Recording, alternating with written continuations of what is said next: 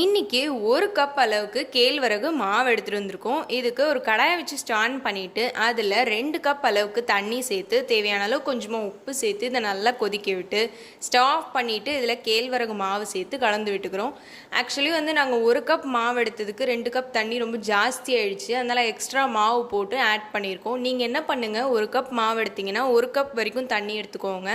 வேணும் அப்படின்னா தண்ணியை நல்லா கொதிக்க வச்சு சேர்த்து கலந்து விட்டுக்கோங்க.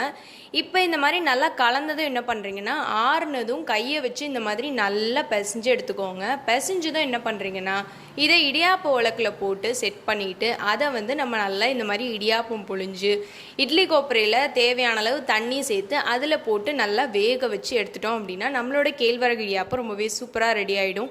இதுக்கு நீங்கள் தொட்டுக்க ஏதாச்சும் குருமா அந்த மாதிரி கூட வச்சு சாப்பிட்லாம். அப்படி இல்லைனா இனிப்பு காரமாக கூட செஞ்சு சாப்பிட்லாம். இனிப்பு காரம் ஆல்ரெடி நம்ம சேனலில் ரெசிபி போட்டிருக்கோம். நீங்கள் பார்க்கலன்னா இப்போ போய் பாருங்கள். இந்த கேழ்வரகு இடியாப்பம் நீங்களும் உங்கள் வீட்டில் கண்டிப்பாக பாருங்கள். இந்த வீடியோ உங்களுக்கு பிடிச்சா லைக் பண்ணுங்கள், ஷேர் பண்ணுங்கள், கமெண்ட் பண்ணுங்கள்.